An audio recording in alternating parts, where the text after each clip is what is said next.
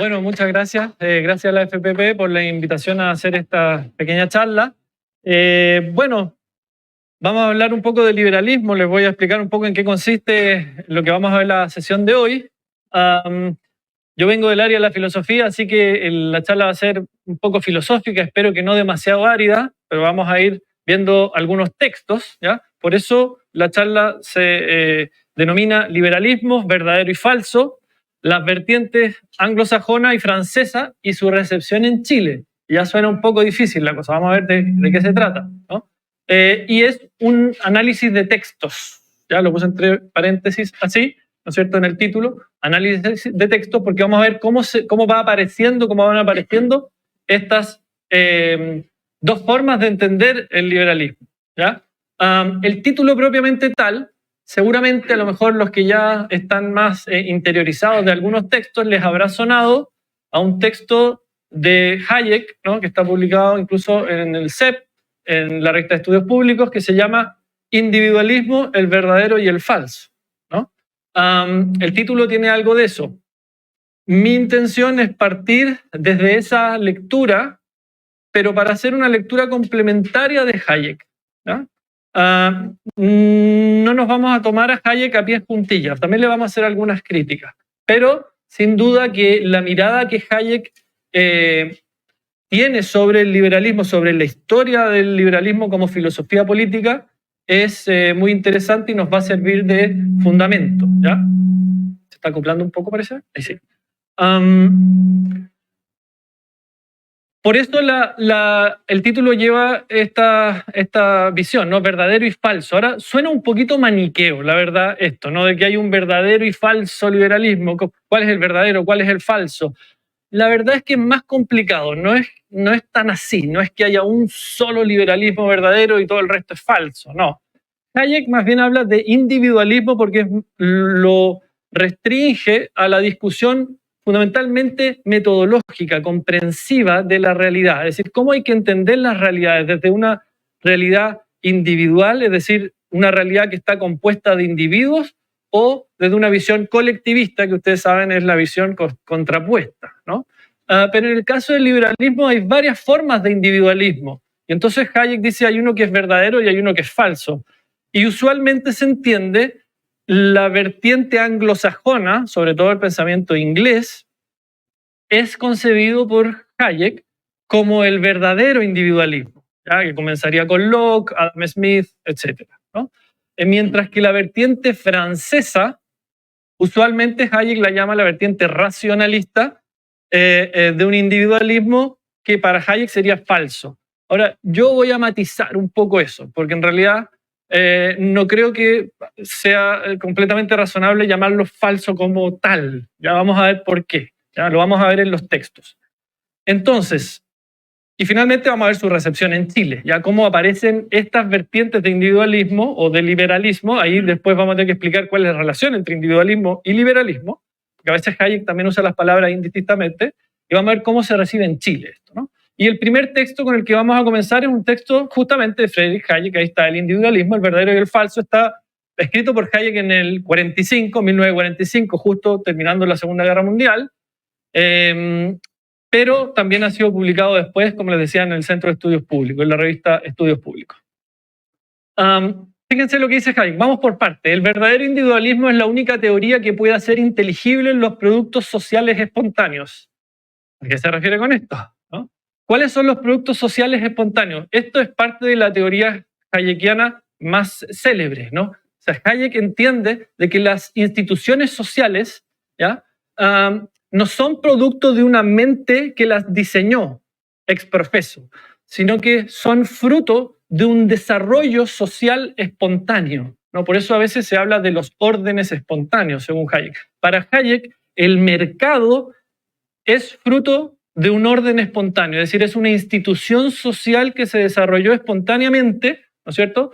Pero no como una producción de una sola mente, sino que como un producto social, ¿ya? Y el verdadero individualismo para Hayek es la única teoría que puede explicar, que puede hacer inteligible estos órdenes, ¿no?, espontáneos. Luego, y mientras, dice Hayek, las teorías estructurales conducen necesariamente a la conclusión de que los productos sociales pueden ser hechos para servir a los propósitos humanos solamente si están sujetos al control de la razón humana individual, conduciendo de esta forma directamente al socialismo.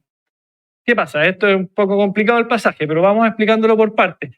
Hayek está diciendo que el individualismo racionalista tiende al constructivismo social, es decir, tiende a pensar que no hay instituciones sociales espontáneas, sino que todas las instituciones sociales tienen que ser fruto de una mente, es decir, de un ser racional que estructura la realidad de una determinada manera. ¿Qué significa esto? Significa que el día de mañana, y esto es una experiencia que en el país ya la hemos vivido, podemos decir, hagamos tabula rasa, vamos a volver a nosotros a diseñar las instituciones desde cero y vamos a generar entonces mejores instituciones porque las vamos a pensar bien. Ese es el racionalismo constructivista. ¿Se fijan? Y ese racionalismo constructivista, Hayek dice, tarde o temprano, si usted lo deja fluir sin un contrapunto, conduce al socialismo, porque en el fondo conduce a la idea de que es posible una planificación centrada de la sociedad que nos va a llevar a un mejor orden social. Y Hayek dice, ese no es el verdadero individualismo, ese es el individualismo falso. ¿Ya? Y dice, el verdadero individualismo sostiene que si se les deja libres, los hombres lograrán con mayor frecuencia más de lo que la razón humana individual pudiera idear o prever. Es decir, la base del individualismo verdadero para Hayek, es dejar que los individuos actúen libremente, porque en ese dejar actuar que los individuos actúen libremente se va configurando y construyendo las instituciones sociales espontáneas como el mercado.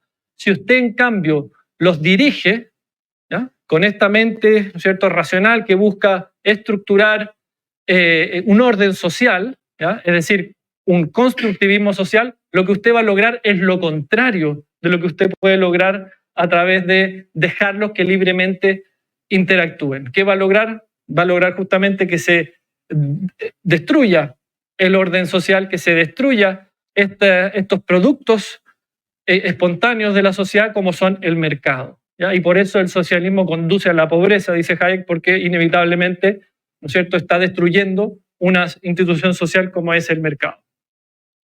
Vamos a partir, este es el marco teórico, ¿no es cierto? Ahora vamos a ir a la historia a través de los textos, de las vertientes anglosajona y francesa para matizar un poco este asunto, porque usualmente, y lo que hace Hayek en el artículo, es entender el liberalismo anglosajón como el verdadero y el francés como el falso. Pero no es tan así, es un poco más matizado el asunto. Eso vamos a ver entonces en la sesión de hoy, ¿ya? Y la última parte del texto. Este contraste entre el individualismo verdadero y antirracionalista y el falso irracionalista impregna todo el pensamiento social. Recuerden que lo que está haciendo Hayek en esta etapa es un análisis de las instituciones sociales, un análisis de la sociedad, ¿no? Está muy cerca de la sociología. Esta es la época en que Popper escribe La sociedad abierta y sus enemigos, ¿ya? Es el mismo momento en donde Hayek está muy metido en la cuestión de los órdenes sociales, ¿ya? Y en ese sentido, él plantea, ¿no?, que el individualismo verdadero es antirracionalista. Sobre todo esto quiero que lo maticemos. ¿Por qué significa antirracionalista? ¿Ya? ¿Acaso no es un análisis racional el que está haciendo también Hayek, ¿no? ¿Acaso no es racional, por ejemplo, un orden que reconoce órdenes espontáneos, ¿no? Entonces ahí se produce la paradoja de la razón en el fondo, ¿no? Por eso Hayek, también menciona esta idea de que la razón se revela contra sí misma, ¿ya? Porque en el fondo, si reconocemos que hay instituciones sociales que se configuran espontáneamente, ¿ya?, tenemos que reconocer que también nuestra mente puede comprenderlas y por lo tanto es racional esa comprensión. Lo que no está de acuerdo Hayek es con que constructivistamente se establezca una nueva institucionalidad que pretende anular, hacer tabula rasa, y sobre la base de la mera comprensión individual de la razón, es decir, de la razón meramente individual, se pueda construir una institución mejor que la que se ha forjado por la experiencia espontánea. Entonces vamos a los textos. ¿Dónde parte la matriz francesa? El mismo Hayek hace la referencia, parte con Descartes, con el famoso filósofo francés René Descartes en el discurso del método 1637. Ahí nos fuimos, ¿no es cierto?, varios siglos hacia atrás. Fíjense lo que dice Descartes. Dice, mientras quería pensar que todo era falso, era absolutamente preciso que yo, que pensaba esto, fuese alguna cosa. Descartes lo que está haciendo es buscar el principio más firme para poder partir de allí a desarrollar su filosofía. Dice, yo voy a dudar de todo, dice, ¿no? La duda cartesiana, voy a dudar de todo, voy a ver qué es lo más firme que yo puedo sostener racionalmente. Entonces, lo más firme es que pensando que todo es falso, hay algo que no puede ser falso. Es preciso que yo, que pienso esto, que todo es falso, yo no puedo ser falso pensando que todo es falso. Entonces llega a ese límite y dice, el yo pienso. Y observando que esta verdad, pienso, luego existo, era tan firme y cierta que las más extravagantes hipótesis de los escépticos no eran capaces de destruirla. Juzgué que podía admitirla sin escrúpulo como primer principio de la filosofía que buscaba. Es decir, el yo pienso, el pienso, luego existo, es el primer principio cartesiano, es el principio de la racionalidad moderna, ¿no? Y aquí hace Hayek comenzar este racionalismo constructivista, ¿ya? Esta idea de que la razón puede construir nuevas instituciones sociales a partir de cero, a partir de un mero análisis racional, ¿no? ¿Por qué? Porque Descartes fue de alguna forma el que inició esta gran fe en la razón, ¿no? Esta fe incluso soberbia, ¿no?, en la razón, como que la razón todo lo puede, ¿no? Es una suerte de racionalismo ingenuo en ese sentido. Y fíjense lo que dice, cómo termina el pasaje. Descartes dice, pues solo debemos dejarnos persuadir por la evidencia de nuestra razón. Racionalismo puro, ¿se fijan? Es decir, solo debemos convencernos de lo que nuestra razón es capaz de persuadirnos, ¿ya? Y en esto tal vez no hay nada malo, digámoslo así. No es que haya algo que esté mal para Hayek, ¿no? Sino que el problema es cuando este esquema se aplica sociológicamente. Es decir, cuando empezamos a aplicar esta idea de que solo las instituciones sociales que son completamente racionales son las buenas, o sea, solo las que son pensadas hasta las últimas consecuencias. Y Hayek más bien piensa que es todo lo contrario. Las instituciones sociales espontáneas no son diseñadas racionalmente. Por lo tanto, han pasado un proceso de prueba y error de siglos, ¿ya? Suponer que porque ahora las vamos a pensar racionalmente, las vamos a anular y vamos a partir de ser una nueva institución social es una ilusión, ¿no? Es una ilusión racionalista. Pero es una ilusión racionalista bastante irracional en otro sentido, ¿no? Porque lógicamente es suponer que la razón puede más que lo que en realidad puede, ¿no? Ahora, para contrastar la vertiente anglosajona, ahí partimos con la vertiente francesa con Descartes. ¿Qué pasa con la vertiente anglosajona? Un poquito después en el tiempo, también siglo XVII, 1690, el famoso John Locke con su segundo tratado sobre el gobierno civil. ¿Cómo aparece aquí esta idea de individualismo? Porque en Descartes es el yo pienso, ¿se fijan? El individualismo tiene que ver con el yo pienso, con mi razón es capaz de echar por tierra, digamos, todo aquello, ¿no es cierto?, que mi razón misma no puede establecer como verdadero. ¿Qué pasa en el segundo tratado del gobierno civil? Fíjense lo que dice John Locke. El estado de naturaleza, parte por ahí, en su teoría política, ¿no es cierto?, tiene una ley de la naturaleza que lo gobierna y que obliga a todos. Y la razón, y usa la palabra reason, o sea, la palabra razón también, que también en muchos sentidos es racionalista Locke, y la razón, que es esa ley, identifica a la razón con la ley, enseña a todo hombre que quiera consultarla que siendo todos iguales e independientes cada uno de nosotros, nadie debe dañar a otro en lo que respecta a su vida, su salud, su libertad o sus posesiones. Esa es a la conclusión a la que llega Locke por la misma posición racional e individualista, ¿ya? Es decir, saca unas consecuencias políticas distintas, ¿no? Porque en el fondo, se establece la preeminencia de cada individuo, ¿no? En el sentido en que somos todos iguales e independientes y nadie debe dañar a otro en lo que respecta a su vida, salud, libertad o posesiones.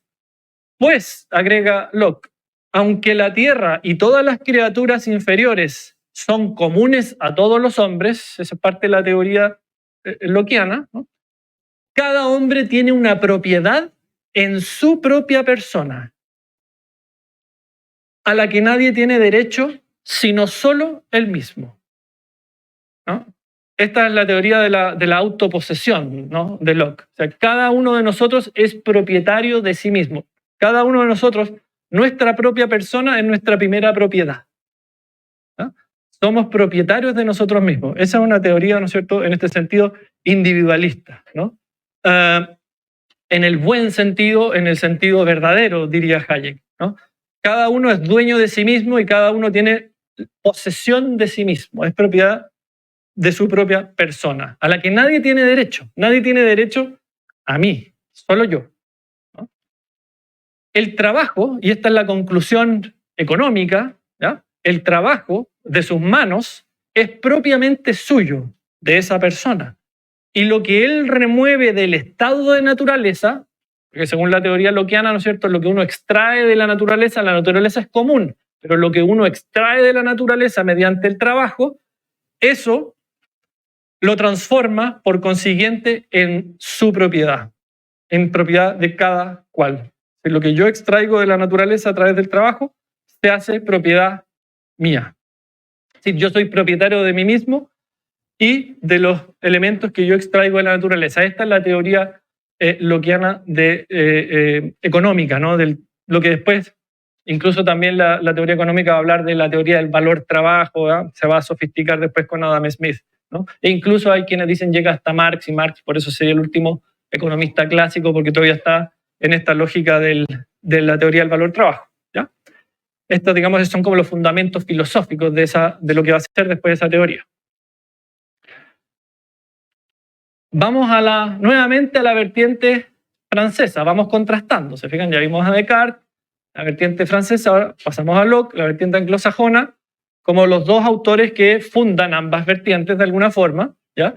Y ahora vamos a Rousseau, y aquí ustedes van a ver que las cosas aquí ya comienzan a cambiar, ¿no? Porque en Rousseau se podría entender hasta cierto punto es una aplicación del racionalismo cartesiano, pero en el ámbito político y social, pero ya con algo añadido. Rousseau no es Descartes, Rousseau añade algo, aquí vamos a ver que es claramente contrapuesto a la visión anglosajona, ¿ya? Dice, fíjense lo que dice Rousseau, cada uno de nosotros pone en común su persona y todo su poder bajo la suprema dirección de la voluntad general. Ese es el concepto rousseauiano por excelencia, ¿no? Y nosotros recibimos además a cada miembro como parte indivisible del todo. O sea, ya los individuos no son, digámoslo así, una posesión de sí mismos por cada uno, sino que son parte de un todo, ¿no? Que se expresa en esa voluntad general. Y luego dice, este acto produce inmediatamente, en vez de la persona particular de cada contratante, que sería el individualismo verdadero, no produce eso, sino que lo que produce es un cuerpo moral colectivo, en donde cada uno de nosotros forma parte de una rueda, de un engranaje más grande, de un colectivo, compuesto de tantos miembros como votos tiene la asamblea. Incluso es políticamente muy concreto. O sea, los miembros que tiene la asamblea forman parte todos de un colectivo. E incluso es más, dice, el cual recibe, compuesto de tantos miembros como votos tiene la asamblea, el cual recibe de este mismo acto su unidad, su yo común, su vida y su voluntad. Esta persona pública, fíjense cómo la llaman, no es la persona de Locke, esta ahora es una persona pública que así se forma por la unión de todos los demás.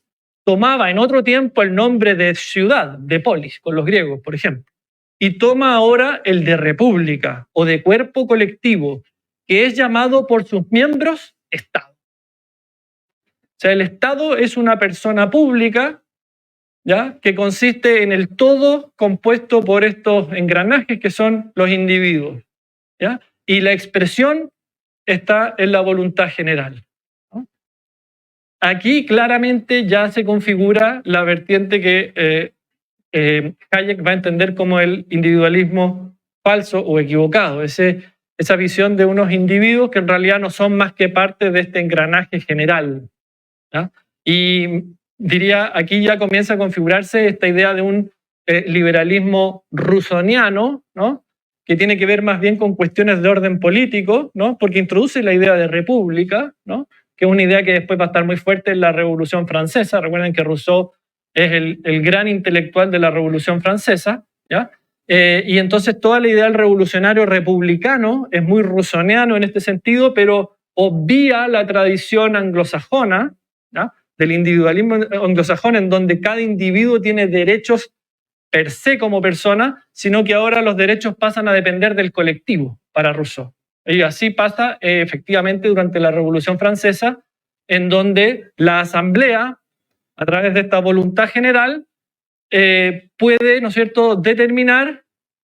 Lo que determina es simplemente ley y por lo tanto puede transgredir las libertades individuales, porque en realidad las libertades individuales no existen, ¿no? Lo que existe es la voluntad general, ¿no? Y por eso suceden todos los atropellos que todos conocemos durante la Revolución Francesa. Pero fíjense ustedes, y aquí comienza el matiz que yo quiero establecer con la idea de un liberalismo falso y verdadero, o un Hayek, un individualismo verdadero o falso. Porque el caso de Voltaire es bien especial, ¿ya? Voltaire es un autor bastante extraño, bastante multifacético, un crítico social, ¿ya? Que tiene muchas aristas, pero nadie podría negar que es un autor francés por excelencia, seguramente el más francés de todos los autores posibles, ¿ya? Voltaire. Pero fíjense ustedes que Voltaire no es un creyente de la teoría rousseauiana, todo lo contrario, eran enemigos con Rousseau, ¿ya? ¿Y qué pasa? Voltaire es exiliado a Inglaterra, ¿ya? Y en Inglaterra él escribe las cartas filosóficas o las cartas sobre los ingleses en 1734, ¿ya? Y fíjense lo que opina Voltaire, y ustedes me van a decir si es parte del individualismo anglosajón o francés, y la cosa se empieza a complicar. Dice Voltaire lo siguiente, dice en las cartas sobre los ingleses, dice: el fruto de las guerras civiles en Roma fue la esclavitud, mientras que el de los disturbios en Inglaterra fue la libertad. La nación inglesa es la única que ha llegado a regular el poder de los reyes. Esto lo dice Voltaire, ¿no es cierto?, porque mientras en Francia había, ¿no es cierto?, una monarquía absolutista, ¿ya? En Inglaterra ya había Bill of Rights, había habeas corpus, estaba la Carta Magna, etc. O sea, Inglaterra, antes de la Revolución Francesa, 1774, la Revolución Francesa en 1789, o sea, 50 años antes, básicamente, Voltaire ya sabe que una sociedad mucho más libre es la sociedad inglesa que la sociedad francesa, ¿ya? Porque en la sociedad francesa todavía prima el sistema monárquico absolutista, ¿ya? Donde el monarca no tiene límites, ¿ya? En cambio, en Inglaterra, los disturbios, y probablemente se refiere Voltaire con esto a los disturbios de la famosa Revolución Gloriosa de 1688, ¿ya? 1689, en esos disturbios lo que se produjo fue la libertad. O sea, esa revolución fue una revolución libertaria, ¿no?, en Inglaterra.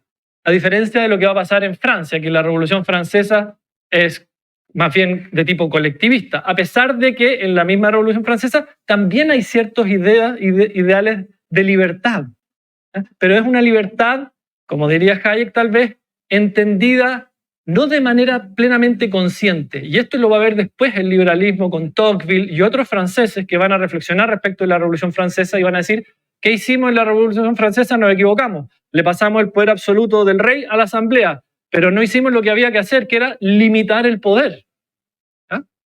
Entonces, en realidad no avanzamos, ¿ah?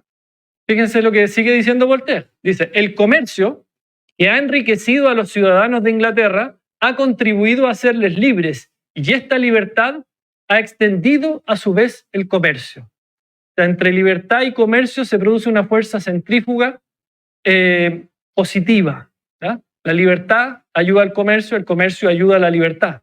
Es casi lo mismo que dicen muchos teóricos modernos, casi lo mismo que dice Hayek, lo que dice, qué sé yo, Deirdre McCloskey y otros, ¿no? Que en el fondo el mercado, el comercio, facilita las relaciones y facilita la libertad en último caso. Y fíjense esta última reflexión que hace Voltaire. Dice, ¿quién es más útil a un Estado? Y hace referencia derechamente a los aristócratas franceses de la época. ¿Quién es más útil a un Estado? Un señor bien empolvado, como era la costumbre en esa época, que sabe precisamente a qué hora el rey se levanta, a qué hora se acuesta, ¿no? Porque era tradición que los aristócratas, ustedes saben, iban a ver a cuándo se levantaba el rey, ¿no? Iban a ver cuándo comía el rey. La corte podía presenciar todos esos actos, ¿no? Era usual. Entonces dice Voltaire, ¿quién es más valioso para un Estado? ¿Esta aristocracia que sabe a qué hora el rey se levanta, a qué hora se acuesta? ¿O un negociante que enriquece a su país, da desde su despacho órdenes a Surate y al Cairo y contribuye a la felicidad del mundo? Claramente, este último, ¿no? Por lo tanto, cuando uno lee esto, uno dice, Voltaire, ¿en qué esquema cabe? ¿Dentro del individualismo falso, el verdadero liberalismo francés o anglosajón? Claramente, Voltaire, igual que muchos otros franceses, son anglófilos. O sea, los franceses, hay una vertiente anglófila y seguramente parte con Voltaire y después sigue con Tocqueville, ¿ya? Y otros franceses, ¿no? Entonces, no es que toda la tradición francesa sea falsa, a eso voy, sino que hay una tradición francesa que también adopta muchas ideas de los franceses y las hacen propias, ¿ya? No es que las copien, no, las hacen propias también, ¿no? Como les mencionaba, el propio Tocqueville, Alexis de Tocqueville, en un discurso famoso en la Asamblea Nacional, ¿no? La propia Asamblea Francesa, 1848, año también en que se produce una revolución, ¿no? Fíjense lo que dice Tocqueville, porque ya Tocqueville es heredero de la experiencia de la Revolución Francesa, sabe perfectamente los errores de la Revolución Francesa, toma conciencia de la tradición anglosajona y, como ustedes saben, en uno de los textos más famosos, alaba la democracia en América, la democracia en Estados Unidos, ¿no? Dice, la democracia y el socialismo no tienen en común sino una palabra, la igualdad. Claro, los revolucionarios franceses también hablaban de igualdad, ¿no? La Constitución norteamericana también habla de igualdad. El propio Locke ya dijo, todos somos iguales, ¿no? E independientes. Es decir, las dos vertientes del liberalismo hablan de igualdad, pero ¿cuál es la igualdad? Y ahí ustedes seguramente ya a lo mejor tienen alguna idea. Una se trata de una igualdad material, ¿no? De una igualdad en resultado, una igualdad bastante toscamente concebida, ¿no? Que es una igualdad plana, ¿ya? En cuanto a la vida concreta, económica, los resultados económicos, etcétera, mientras que la igualdad de la democracia, y así entiende Tocqueville, la democracia es la igualdad ante la ley. Y de hecho, ese era el lema también, era uno de los lemas que estaba en boga en el Chile independiente, ¿no? Si ustedes alguna vez han visto un sello, una moneda antigua, 1830, 1840, dicen igualdad ante la ley. Y otras que traen el escudo dicen por la razón o la fuerza. Pero el lema de la independencia chilena era igualdad ante la ley. ¿Por qué? Porque evidentemente que antes de la independencia de Chile no había igualdad ante la ley porque había una casta, ¿no?, de funcionarios de la monarquía que tenían una infinidad de privilegios. Y por lo tanto, democracia y socialismo tienen en común la palabra igualdad, pero significan cosas muy distintas, dice Tocqueville. Pero noten ustedes la diferencia. Mientras la democracia busca la igualdad en la libertad, el socialismo busca la igualdad en la restricción y en la servidumbre. Esto es casi lo mismo que después va a decir Hayek, ¿no? Camino de servidumbre, ¿ya? Es decir, la igualdad propiamente democrática es la igualdad en libertad, es decir, es una igualdad ante la ley y es una igualdad que se consigue a través de la libertad, siendo todos igualmente libres, ¿ya? Teniendo todos las libertades individuales aseguradas, ¿ya? pero no se logra como el socialismo, que lo logra o que pretende lograr esa supuesta igualdad a través de la restricción y de la servidumbre. ¿Ya? Es decir, a través de la limitación de la acción de los individuos, a través del fomento de una acción puramente colectiva, ¿no? La democracia como la democracia asamblearia, ¿no? La democracia entendida como salir a la calle, protestar en la calle, la democracia de la calle. Y en general, ustedes ya pueden ver el socialismo, la izquierda en general, y sobre todo la izquierda latinoamericana, que es más radical, entiende la democracia como el salir a la calle. O sea, por eso para muchos de ellos el estallido, ¿no es cierto?, fue una cosa muy democrática, porque fue cuando se salió a la calle. Una locura, pero bueno, esa es un poco, eso se funda en la noción de democracia que ellos tienen. Y efectivamente es en la que cree el socialismo, es la democracia de la calle, colectiva, ¿cierto? Y no en derechos individuales. Los derechos individuales son completamente secundarios. ¿Ya? Esto no pasa en todo caso, por ejemplo, en algunos modelos socialdemócratas europeos, ¿ya? Que tienen escasa representación en Latinoamérica en general. En general en Latinoamérica la izquierda, el socialismo se entiende a la antigua, es decir, como una cuestión colectiva. ¿Ya? Los derechos individuales son derechos burgueses que solamente permiten que continúe la opresión, ¿no es cierto?, de ciertos colectivos sociales. ¿Ya? Ese es el discurso que ellos manejan. Sin embargo, insisto en esto, en algunas socialdemocracias europeas sí se tiene bastante conciencia de las libertades individuales, aunque igualmente ellos quieren, ¿no es cierto?, igualar las condiciones materiales, porque ese finalmente es como lo que motiva de estómago, por decirlo así, al socialismo y a la socialdemocracia, es la idea de que ojalá sea posible igualar lo más posible las condiciones materiales, ¿no? Entonces vamos a poner más impuestos y vamos a poner una serie de normativas que finalmente Hayek diría tarde o temprano llevan al socialismo. ¿Ya?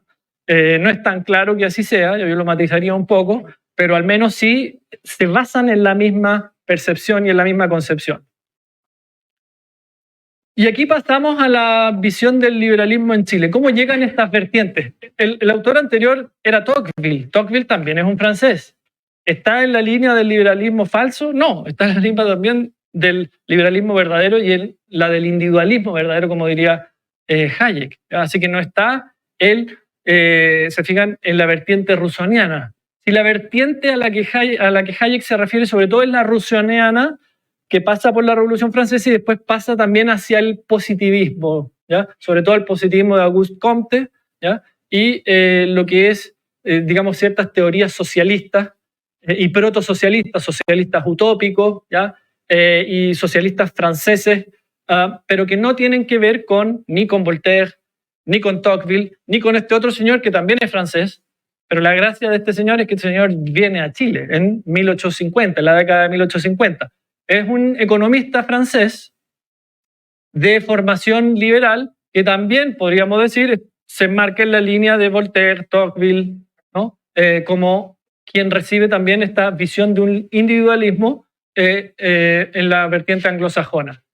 Fíjense cómo se llama su obra, Libertad y Socialismo. De hecho, está reeditada por la FPP, escrita en 1868. Dice, el mejor orden social es el que permite el mayor desarrollo posible de la vida de cada individuo, al mismo tiempo que permite vivir al mayor número de individuos posible. Bastante utilitarista su visión, ¿no? Un poco ventaniana, si se quiere. Y fíjense lo que dice después.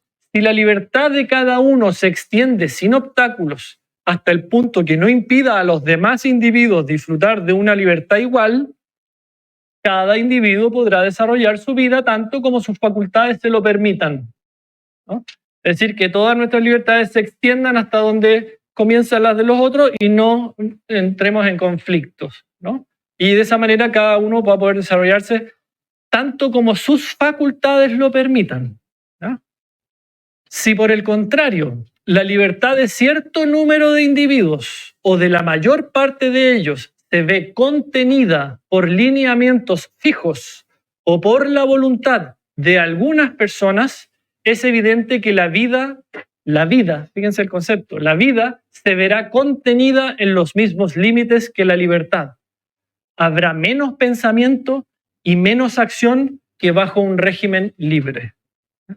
Es decir, en todo régimen en donde se ponen restricciones, límites, ciertos lineamientos fijos que algunos individuos desarrollan, la política, ¿no?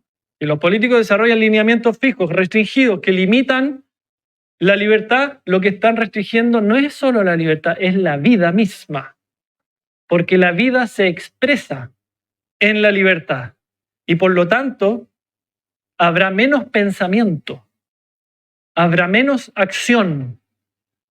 Es evidentemente lo que produce el socialismo. Y Courcelles-de-Nouille lo escribe en 1868, mucho antes de que acontecieran todos los socialismos reales del siglo XX, en donde efectivamente fue justamente esto lo que pasó. Menos pensamiento, menos acción, menos comercio, ¿no?, que en un régimen libre. Y eso no cabe duda. ¿Por qué? Porque funciona sobre la base de la restricción que un número determinado de individuos establece al resto. ¿Ya? Otro francés, ¿no es cierto?, de inspiración liberal anglosajona. Y finalmente, llegamos al caso chileno. ¿Cómo se recibe en Chile? Bueno, ya se recibió en cierto punto a través del propio Courcelles-de-Nouille, que como les decía, estuvo en Chile varios años, fue traído por el gobierno de Manuel Montt, la década de 1850, y él era un economista de formación liberal, incluso abogó en Chile por una ley de bancos que ayudó a redactar y por una banca libre.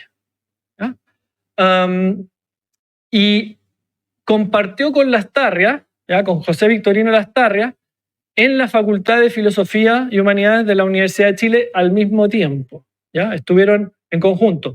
Y Lastarria, que era un liberal, ¿no?, en 1849 había sido uno de los fundadores del Partido Liberal, que traía una cierta vertiente francesa. ¿Por qué? Porque casi todo el liberalismo que llegaba a Chile era francés, aunque no todo. Era muy fuerte la influencia francesa. Ustedes saben, el francés era la lengua universal, la literatura francesa llegaba toda, o digamos no toda, pero llegaba mucha literatura francesa a Chile. Y digo no toda porque durante la época de la colonia había censura, naturalmente, no podían llegar todos los textos. Por ejemplo, Rousseau no llegaba de contrabando, así que era muy poco el conocimiento que se tenía de esos textos. Pero ya con la independencia, Lastarria comienza a formarse más en los románticos franceses, ¿ya? Pero Lastarria siempre fue crítico de la Revolución Francesa y de esa mirada. Siempre estuvo mirando más al liberalismo anglosajón. Por lo tanto, la configuración del liberalismo chileno también es bastante amplia, ¿no? Tiene una vertiente francesa, pero muy acotada, y la gran parte de la vertiente del liberalismo chileno es anglosajona. ¿Y por qué? Porque antes que Courcelles-de-Nouille, vino a Chile un señor que se llamaba José Joaquín de Mora. A lo mejor alguno de ustedes lo ha escuchado. José Joaquín de Mora, 1828, era un español, liberal español, que había estado también exiliado en Inglaterra, que había traducido a Adam Smith, que había escrito unos catecismos de economía política, traía toda la filosofía escocesa en Chile, en su mente a Chile. Y llegó a Chile y, claro, ayudó, por ejemplo, en la redacción de la Constitución. En la Constitución, digo, de 1828, ¿ya? Y fundó lo que se llamó el Liceo de Chile, ¿ya?, que fue una institución paralela al Instituto Nacional, que era un colegio fundado justamente por José Joaquín de Mora, a petición de de Francisco Antonio Pinto, que era el presidente. ¿Y quién llegó a ese colegio? Lastarria. Lastarria llegó de Rancagua como a los 13 años a formarse en ese colegio. Lamentablemente ese colegio duró 3 años solamente, porque después viene la revolución de los famosos pelucones, ¿no? Y a Mora lo expulsan. Lo expulsan de Chile. Pero, ¿qué traía Mora? Mora traía toda la concepción de la filosofía escocesa. De hecho, hay un libro de Walter Hanich que se llama La filosofía escocesa y rusoniana en Chile, 1828-1830. Lo pueden revisar, ahí están los testimonios históricos, es un texto de historia más que nada, pero es muy claro que Mora traía toda la vertiente anglosajona del liberalismo, no la vertiente francesa. Y esa es la primera vertiente de la que se empapa Lastarria. ¿ya? Eso es importante porque eso pone en línea al liberalismo chileno con Adam Smith, ¿ya? Y con toda la tradición escocesa, ¿ya? Todo lo que se llama la Ilustración escocesa, ¿ya? De hecho, se publicó un libro, se reeditó un libro hace poco, aquí mismo en la FPP, ¿no? De hecho, por aquí está, ¿ya? La Ilustración escocesa.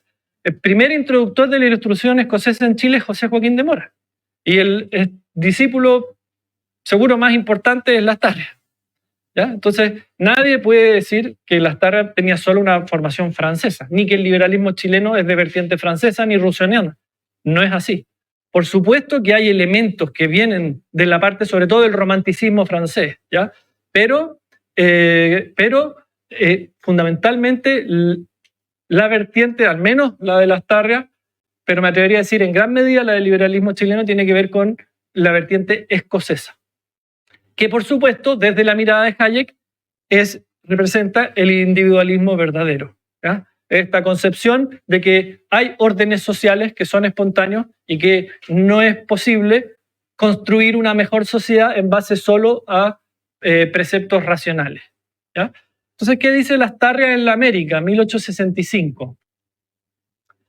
Fíjense el análisis que hace Lastarria. Ustedes me van a decir si es de anglosajón o francés. Dice, hasta entonces, hasta el momento antes de las revoluciones liberales, todo partía del Papa o del Rey.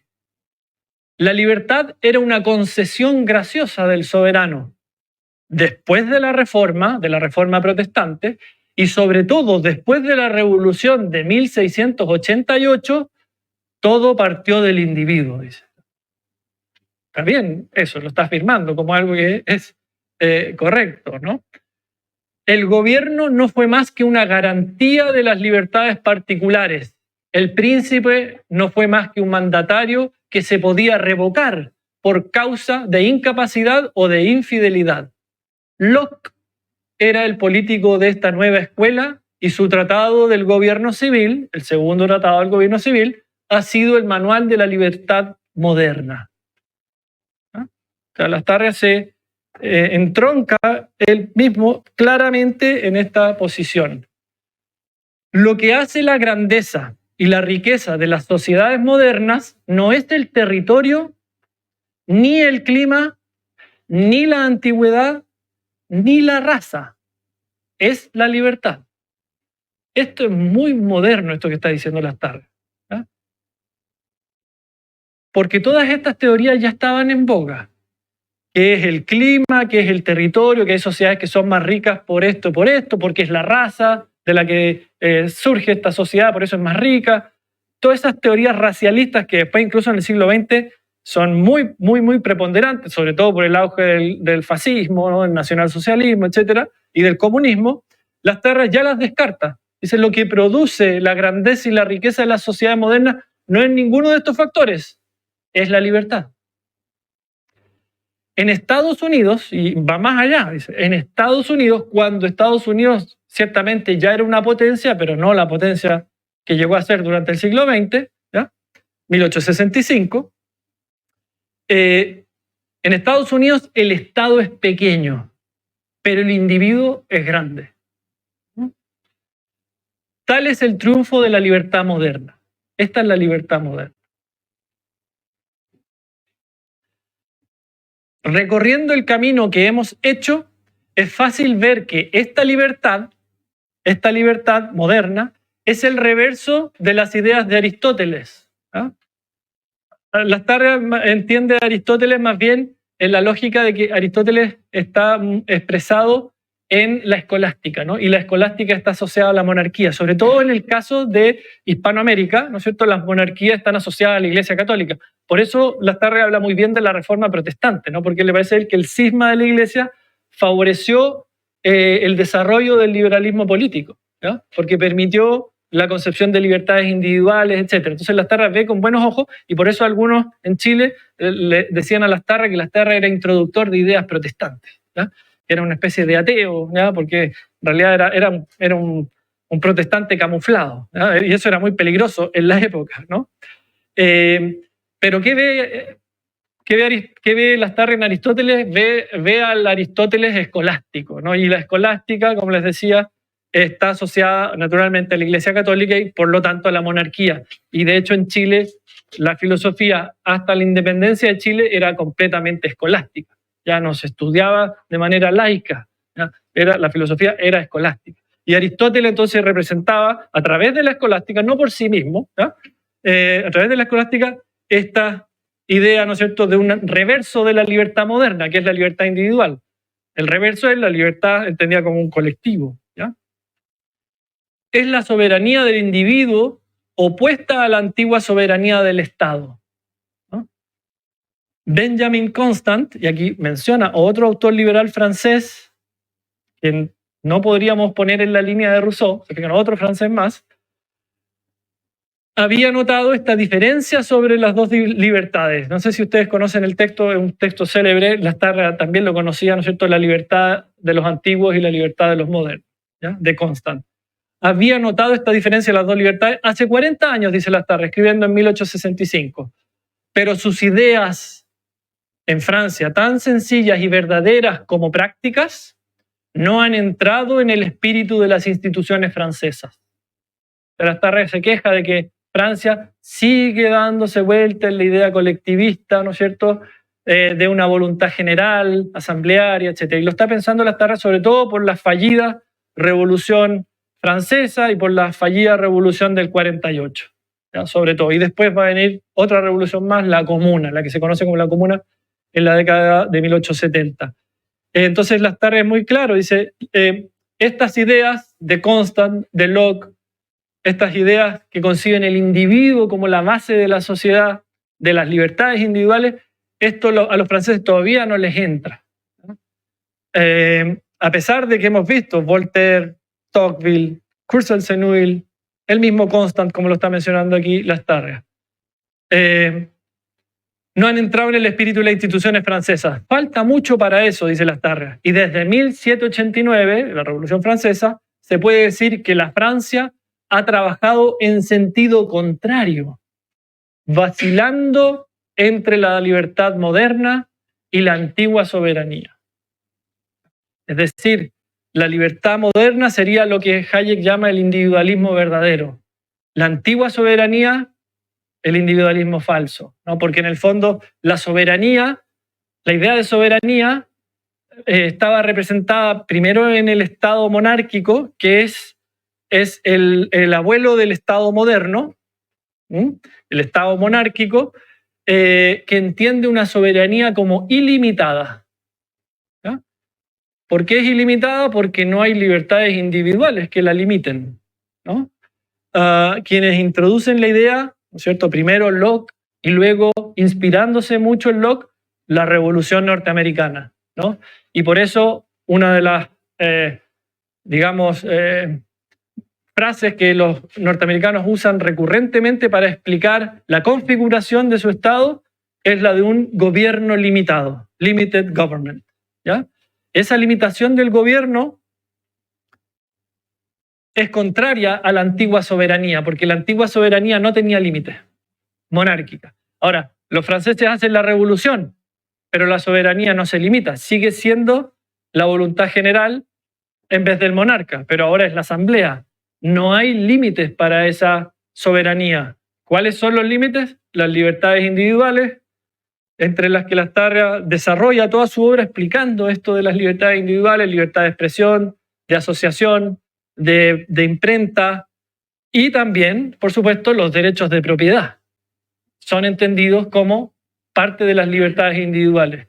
Y esto hace que Lastarria sea un autor que en donde confluyen, podríamos decir, la vertiente francesa e inglesa, pero predominantemente su concepción de la libertad es una libertad en el modo anglosajón, él mismo lo está dejando aquí en evidencia, e incluso más allá habría que decir los propios franceses, Voltaire, Tocqueville, ¿no? El propio Courcelles-Senoul, Constant, etcétera, también entienden la libertad en el modo anglosajón y no por eso, digamos, dejan de ser menos franceses. Por eso yo decía al comienzo que vamos a matizar un poco esto que dice Hayek de que la tradición francesa es el falso liberalismo, es el falso individualismo, y la anglosajona el verdadero, porque hasta cierto punto es cierto, porque en el fondo uno pudiera pensar, bueno, estos franceses en realidad toman la idea de los ingleses, ¿ya? La idea de las libertades individuales, hasta cierto punto, ¿ya? Porque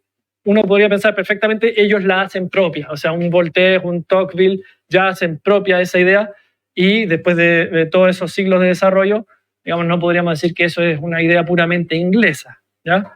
O anglosajona, ¿no? Entonces, en ese sentido, el individualismo, entendido, ¿no es cierto?, metodológicamente, es la base de lo que va a ser la filosofía política liberal, ¿no? Y en la vertiente anglosajona, pero también francesa de estos autores que hemos visto, y también chilena de estos autores que hemos visto, en el caso de Courcelles-Senuil, siendo francés, pero habiendo tenido gran influencia en Chile, y de Lastarria, que es el fundador del Partido Liberal en Chile, nos muestra que la vertiente del liberalismo chileno es la vertiente predominante del liberalismo chileno, la vertiente anglosajona, la vertiente escocesa, ¿ya? La ilustración escocesa, la vertiente de Adam Smith, la vertiente del propio Locke, ¿ya? La vertiente de Constant, Tocqueville, etc. Y por lo tanto se enmarcaría en esa mirada. ¿Bien? Y con esto hemos concluido. Muchas gracias.